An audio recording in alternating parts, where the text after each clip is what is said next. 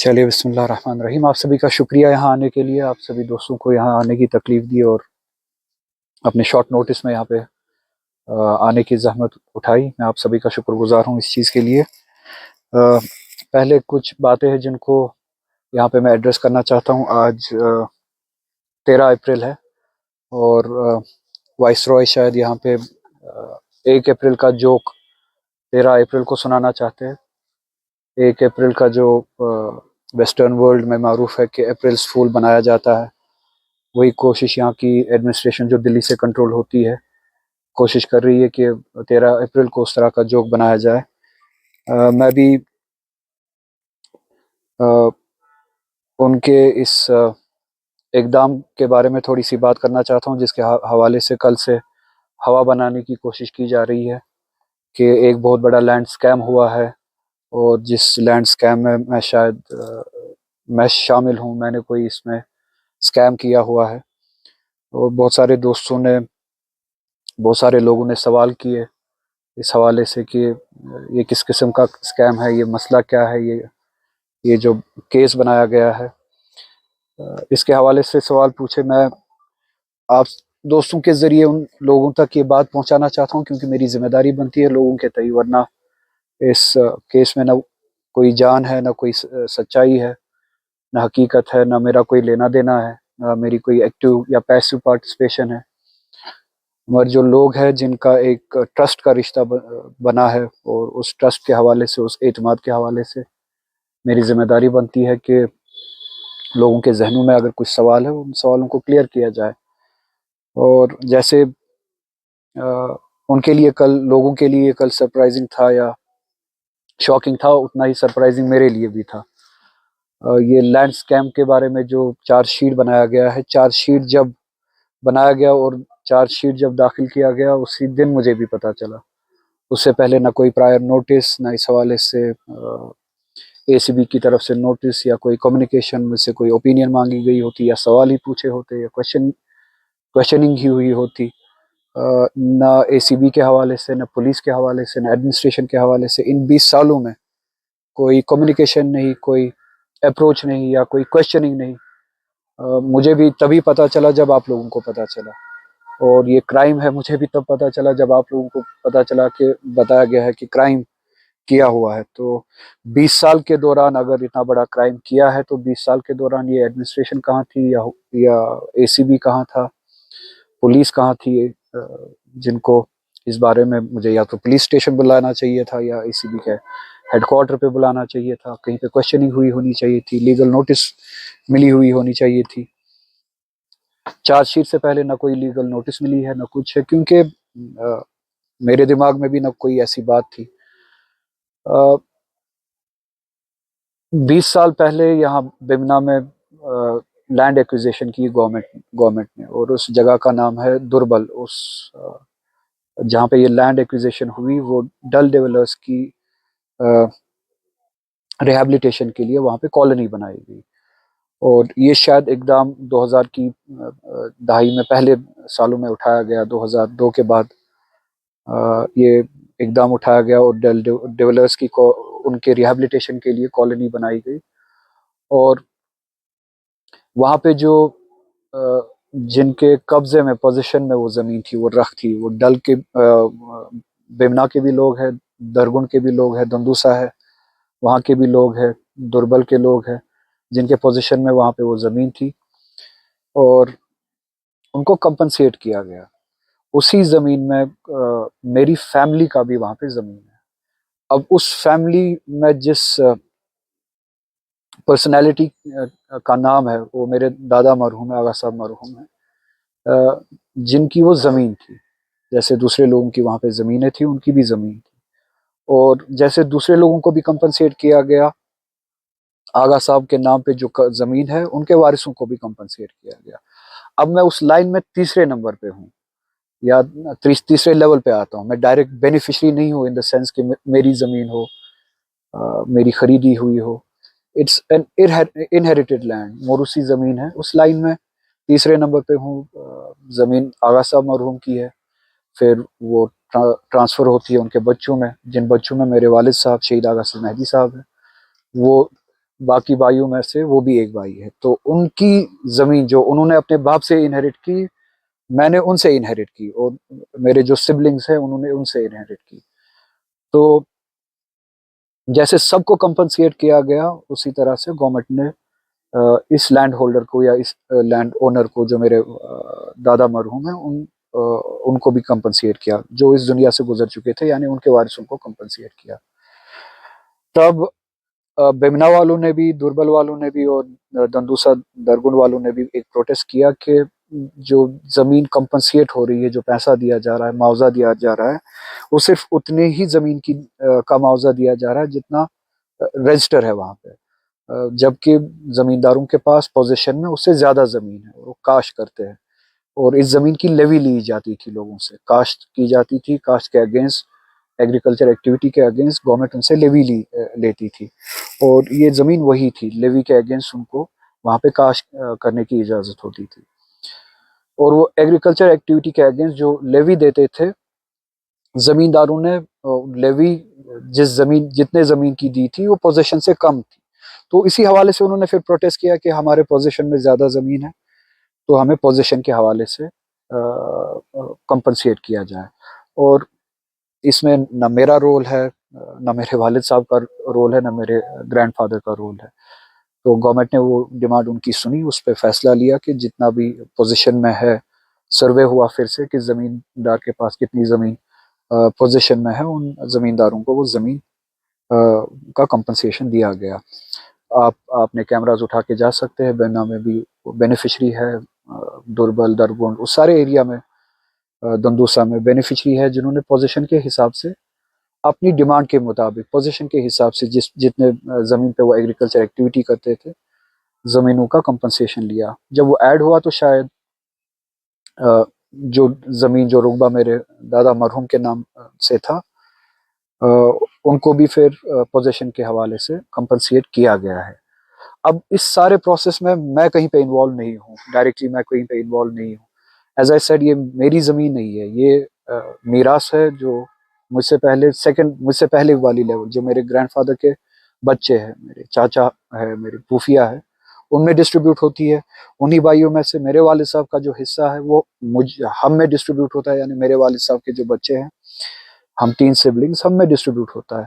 और हमारी फैमिली में जहाँ पे जो रहता है, जहाँ पे हमने घर बनाया है, मेरे दादा मरहूम के बच्चों ने जहाँ पे घर बनाए हैं, इंक्लूडिंग माय फादर, जहाँ पे मैं यहाँ पे रहता हूँ, जितनी भी जमीन तकसीम हुई है अभी तक, वो सिर्फ उतनी ही हुई है जहाँ पे हमने घर बनाया है। इससे बाहर जितनी भी आगा साहब मरहूम की जमीनें थी, जो उनके बच्चों में तकसीम हुई होनी चाहिए थी, अभी भी तकसीम नहीं हुई है। वो उनके बड़े फर्जन के हाथ में है, वो सारा इंतजाम उसका करना, उसकी कमांड वगैरह, नजर गुजर रखना, उस हवाले से जितनी भी नेगोशिएशन जहाँ पे होती है, कहाँ पे नहीं होती है, वो सारा उनके हाथ में है।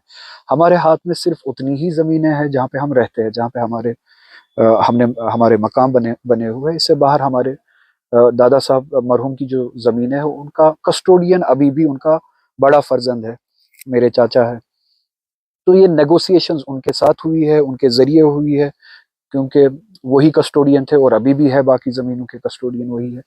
ना नेगोशिएशंस के बारे में हमें पता है, ना जमीन के मिकदार के बारे में हमें पता है। मैं थर्ड जनरेशन से हूँ, मुझे इस बारे में कोई इल्म नहीं है, ना जमीन के मिकदार के बारे में, ना जमीन की कीमतों के बारे में, ना जमीन के पोजीशन के बारे में, ना जमीन की एक्टिविटी के बारे में। हमारे यहाँ अभी भी कंफ्यूजन है कि कहाँ पे कौन सी जमीन है। तो जैसे हर घर में होता है, वो अभी डिस्ट्रीब्यूशन अभी पूरी नहीं हुई है।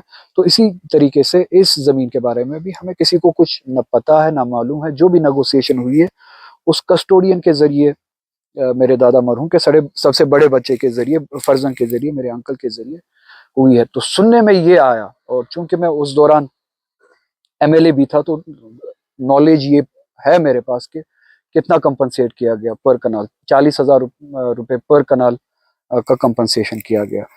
और जो मेरे वालिद मेरे दादा मरहूम की जमीन थी, जो इन पोजीशन थी, जिसपे एग्रीकल्चर एक्टिविटी होती थी, वो 90 कनाल की थी। और चूंकि जो वहां पे काश्त करते थे, चूंकि ये खुद काश्त नहीं करते थे, इन्होंने काश्तकारों को जमीन दी थी, फिर उनको अपना हिस्सा देते थे, प्रोड्यूस में से 50-50 होता था। उन्होंने अपने काश्त के हिसाब से जमीन वहां पे रजिस्टर की थी, पोजीशन शायद उससे ज्यादा था। तो जब सबको पोजीशन के हवाले से ही, पोजीशन की बुनियाद पे ही कंपनसेशन मिला, वही कंपनसेशन आगा साहब को भी मिलना चाहिए था पोजीशन के हवाले से। और जबकि हकीकत ये है कि अगर 90 कनाल वहां पे जमीन थी, पोजीशन या जो कंपनसेशन मिला है वो सिर्फ 40 या 60 कनाल का मिला है, या 50 का, मुझे अभी भी क्लियर नहीं है। 90 कनाल, ये जो बाकी के 50 कनाल है, उनकी कंपनसेशन अभी भी नहीं मिली है। जो हम लैंड ओनर्स है वहां पे, अभी भी नहीं मिली है, यानी पोजीशन से भी कम इस फैमिली को कंपनसेशन मिला है। और पर कनाल जो है वो 40,000 रुपए का कंपनसेशन मिला है, जो इस फैमिली को, आगा साहब को कंपनसेशन मिला है, जैसे कि हर किसी को मिला वहां पे। वो शायद 40,000 आप मल्टीप्लाई कीजिए इंटू 40 कनाल्स, उनका कंपनसेशन मिला है। उसको फिर फर्दर डिवाइड कीजिए आप 12 बच्चों में, 11 बच्चों में, तो उसमें मेरा हिस्सा, मेरे वालिद साहब का हिस्सा जो बनता है, उसको भी फर्दर फिर डिवाइड कीजिए इंटू थ्री। शायद मुझे उस वक्त याद है 20 साल पहले वो शायद चेक मिली हो 80,000 रुपए की, गवर्नमेंट से नहीं, क्योंकि मेरी कोई ना डील थी गवर्नमेंट के साथ, ना कोई नेगोशिएशन, ना मैं कोई एक्टिव पार्टिसिपेंट था इसमें। मैं बेनिफिशरी था जो लाइन ऑफ इनहेरिटेंस में जो बच्चों में तकसीम हुई, तो मेरा शेयर वही 80,000 का बना। मेरे सिबलिंग्स का अपना शेयर बना इंटू 2 आप कर दीजिए। वही है ये सबसे बड़ा स्कैम, जिसको बताया जाता है कि करोड़ों का स्कैम किया गया है शायद। और वो भी मुझे फैमिली के जरिए से, जो कस्टोडियन है उनके यहाँ से, उनके अकाउंट से पैसा आया 80,000 रुपए का, तो उस जमाने में 20 साल पहले। इससे ज्यादा ना मेरी इसमें कोई मुदाखलत है, ना कोई एक्टिविटी है, ना कोई नेगोशिएशन है, ना कोई एक्टिव पार्टिसिपेशन है। अब इससे ज्यादा अगर कुछ है तो मैं चाहता हूं कि न सिर्फ एसीबी बल्कि एनआईए भी लाइए, जल्द से जल्द इस पे इन्वेस्टिगेशन कीजिए, सख्त सख्त से सख्त इन्वेस्टिगेशन कीजिए। जिसने भी, जिन्होंने भी इसमें खुदा न खासा कोई करप्शन किया हो, उन ऑफिसर्स को भी, उन लोगों को भी, उन बेनिफिशरीज को भी अगर कोई करप्शन हुआ है, उनको आप मंजर आम पे लाइए, सख्ती से उनके खिलाफ काम कीजिए। और ये करोड़ों का, अरबों का जो ये स्कैम हुआ है, इसको मंजर आम पे लाइए, इसके एक एक डिटेल्स भी मंजर आम पे लाइए। तो ये थी उस हवाले से बात। मैं ये जो, आप दोस्तों को पता ही है कि माहौल कैसा है पिछले सालों से, बिलखुसूस कुछ दिनों से माहौल यहाँ पे और ही ज़्यादा एग्रेसिव होता ही जा रहा है पूरे मुल्क में। बीजेपी का मुसलमानों के हवाले से वक्फ बिल हो, या बुलडोज़र जस्टिस हो, और कश्मीर के हवाले से आपको पता ही है। मैं आपके ज़रिए उन लोगों तक सिर्फ इतना ही कहना चाहूँगा कि मुझे खामोश कराने का सिर्फ एक ही तरीका है, तो इन जैसे बचगाना हथकड़ों से मैं तो खामोश होऊंगा नहीं। एक ही तरीका है, जम्मू कश्मीर के लोगों का हक जो है 370, वो वापस कीजिए। उस दिन के बाद मैं खामोश हो जाऊंगा। जो पूरे मुल्क में माइनॉरिटीज के साथ और मुसलमानों के साथ ज्यादतियां हो रही है, वो ज्यादतियां खत्म कीजिए, बंद कीजिए। उस दिन के बाद मैं खामोश हो जाऊंगा। जम्मू कश्मीर की रियासत ने जिस बुनियाद पे एक्सेशन किया है इस मुल्क के साथ, और एक्सेशन की जिन शराइत को आपने तोड़ा, उन शराइत को बहाल कीजिए। इस रियासत की डिग्निटी को, कॉन्स्टिट्यूशनल राइट्स को बहाल कीजिए। हमारी ऑटोनॉमी है, हमारा हमारी जो डिग्निटी है वो बहाल कीजिए। उस दिन के बाद मैं खामोश हो जाऊंगा। मुस्लिम राइट्स का ख्याल रखिए, उस दिन के बाद मैं खामोश हो जाऊंगा। माइनॉरिटी राइट्स को खामोश कीजिए, उनको बहाल कीजिए। उस दिन के बाद मैं खामोश हो जाऊंगा।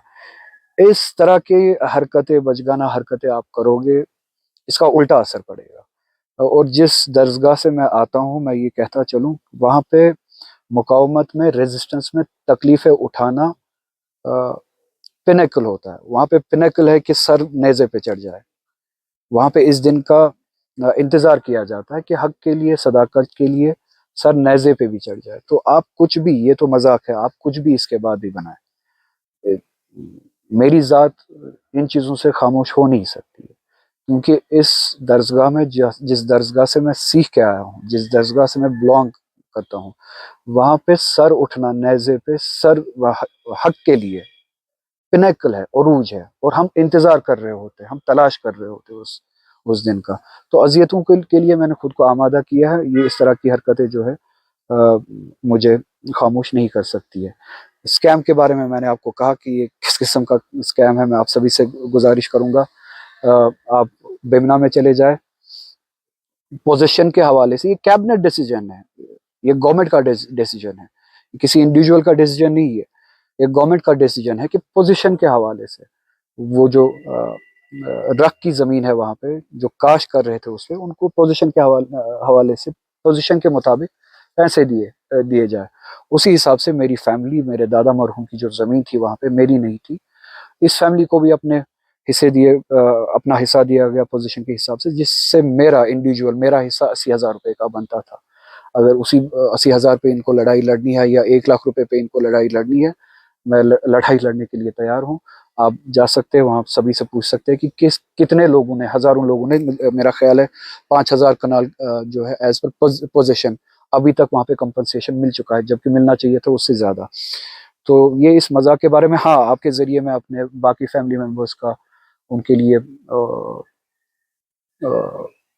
यही बात कहूंगा कि मैं माजरत खा हूँ कि मेरी वजह से आपको भी तकलीफ उठानी पड़ रही है। कस्टोडियन के अलावा बाकी फैमिलीज जिसके हाथ में ये सब कुछ है, जो ये कस्टोडियन है, उस एक के अलावा बाकी सभी फैमिली मेंबर्स जो इसमें, जिनको खींचा गया या नाखासा तौर जो खींचे गए इसमें, अब केस इनको बनाना था कि बनाते कैसे, अब पता नहीं कहाँ कहाँ से कौन सी चीजें उठा के, अब they also got dragged into this. It's a fight with me, I hope you understand. मैं अपनी फैमिली मेंबर्स को ये कहता हूँ, ये मेरे साथ जो ये लड़ाई है, आप समझ सकते हैं कि उस लड़ाई का नतीजा है। उम्मीद है कि आप मुझे माफ़ करेंगे इसलिए कि आपको तकलीफ उठानी पड़ रही है, मगर साथ में ये भी उम्मीद है कि आप इस लड़ाई में इंशाल्लाह दूसरे लोगों के की तरह भी, आम कश्मीरी की तरह भी मेरे साथ होंगे।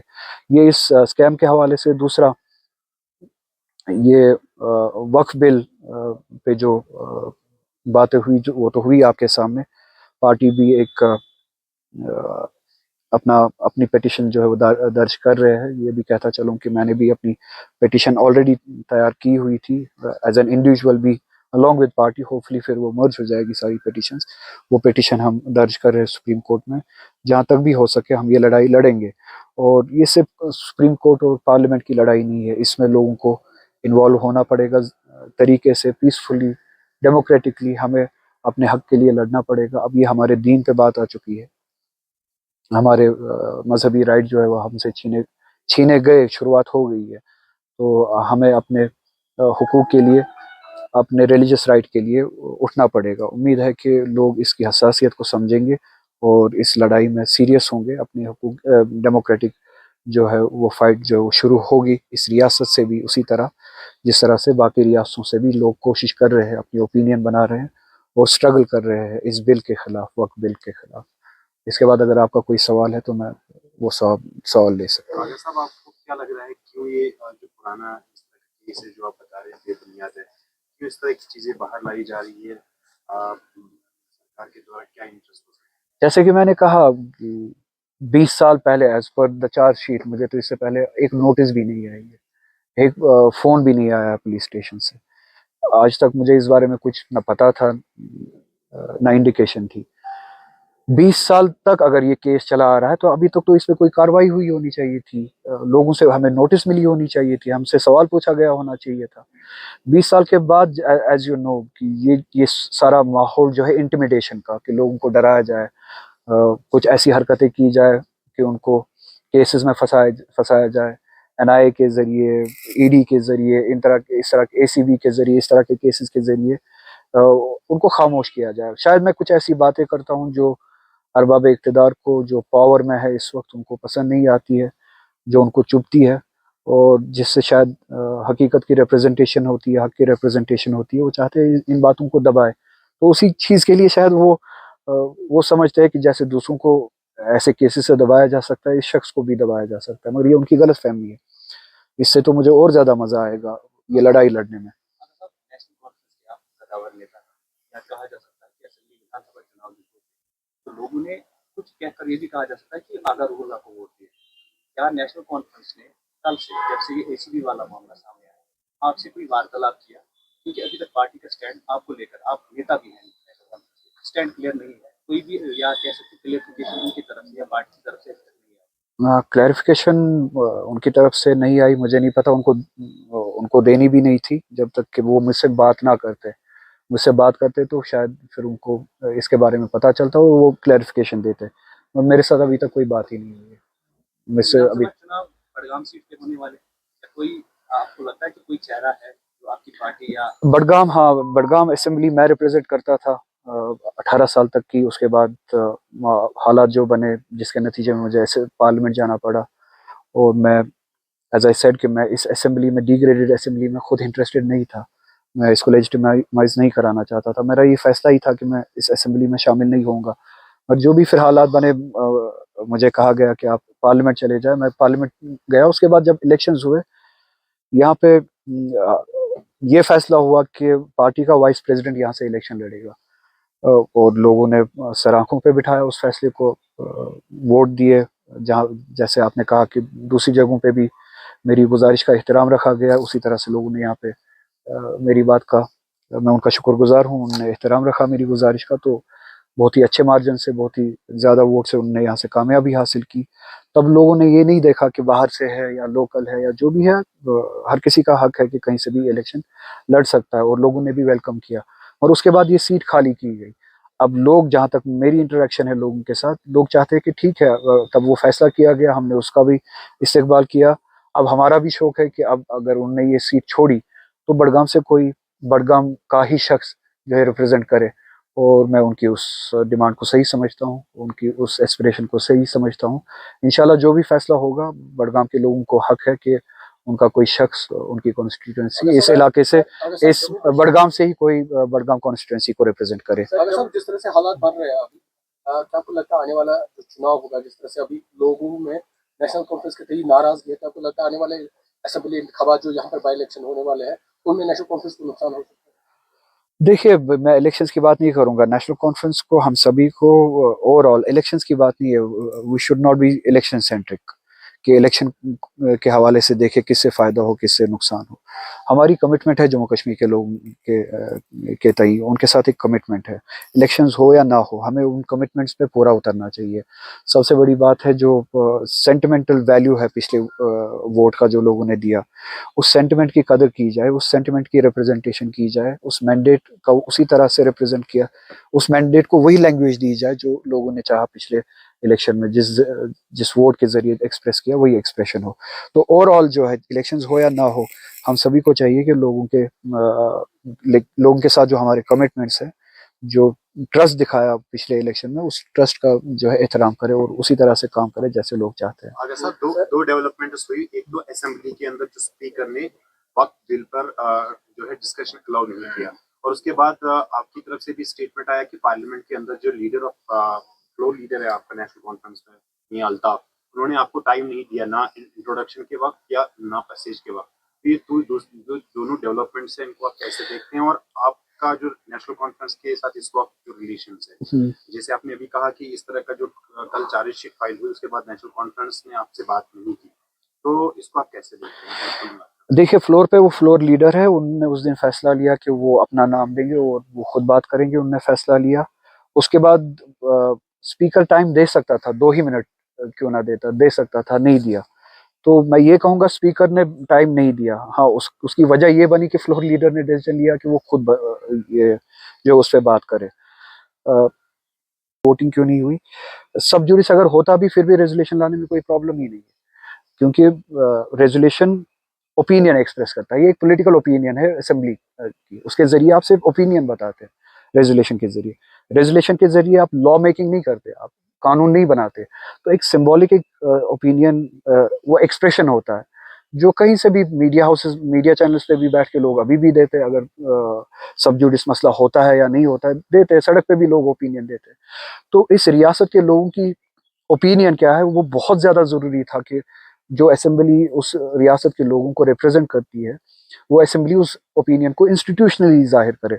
जबकि मुल्क के साथ हर जगह से मुस्लिम्स भी और दूसरे सेक्युलर लोग जो है, जो आइन में यकीन रखते हैं, गैर मुस्लिम भी इसके खिलाफ बोल रहे हैं, एक्सप्रेस कर रहे हैं, अपनी ओपिनियन दे रहे हैं। उतना ही ज़्यादा अहम था, या उससे भी ज़्यादा अहम था, कि जम्मू कश्मीर की असेंबली रेजोल्यूशन के ज़रिए उसको एक्सप्रेस करे। मुझे अभी भी समझ में नहीं आ रहा है कि उस रेजोल्यूशन को वहाँ पे एडमिट क्यों नहीं किया गया और उस पर वोटिंग क्यों नहीं हुई, डिस्कशन क्यों नहीं हुई। जम्मू कश्मीर में जिस तरीके के हालात बने, चाहे वक्त तरमीमी बिल को लेकर सामने हो या फिर मुख्तलिफ ऐसी चीजों को लेकर, तो मौजूदा सरकार को क्या कुछ कदम उठाना चाहिए अपने हक के लिए, जिस तरीके से ड्यूअल पावर सरकार नहीं चल रही? अब मेरी नज़र में इंतज़ार बहुत हो गया कि हमें लगता था कि हम 2 महीने तक इंतज़ार करेंगे और स्टेटहुड आएगा। फिर लगा इन्हें कि मैं कहूँगा कि हमें बजट सेशन तक इंतज़ार करेंगे, शायद बजट सेशन में बिल आ रही है पार्लियामेंट ऑफ इंडिया में और उसी में शायद स्टेटहुड को रेस्टोर करेंगे। मैंने बारहा यही कहा था कि इंडिकेट किया था कि ऐसा कुछ हो नहीं रहा है। आप बजाय इसके कि उन पे भरोसा करें, उनकी बातों पे भरोसा करें, बेहतर ये होगा कि हमें लोगों ने जो काम दिया है हम वही काम करें। उनके इंतज़ार में बैठ के आप लोगों से दूर हो रहे हैं। तो मेरी यही बात है कि we should have all went, हमें जाना चाहिए था, इस गवर्नमेंट को, हम सबको इनके साथ मिलके जाना चाहिए था।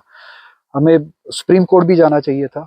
ठीक है, सुप्रीम कोर्ट जाने से कुछ प्रॉब्लम्स भी हो सकती है, मैं अंडरस्टैंड करता हूँ। सुप्रीम कोर्ट बैठेगी आपके केस पे 2 साल तक, फिर वो उस पर हियरिंग नहीं करेगी, फिर आप क्या कर सकते हैं? ठीक है, वो एक प्रॉब्लम है सुप्रीम कोर्ट जाने में। और आप साथ साथ पॉलिटिकली भी मोबिलाइज कर सकते थे, यहाँ पे भी लोगों को मोबिलाइज कर सकते थे पीसफुली।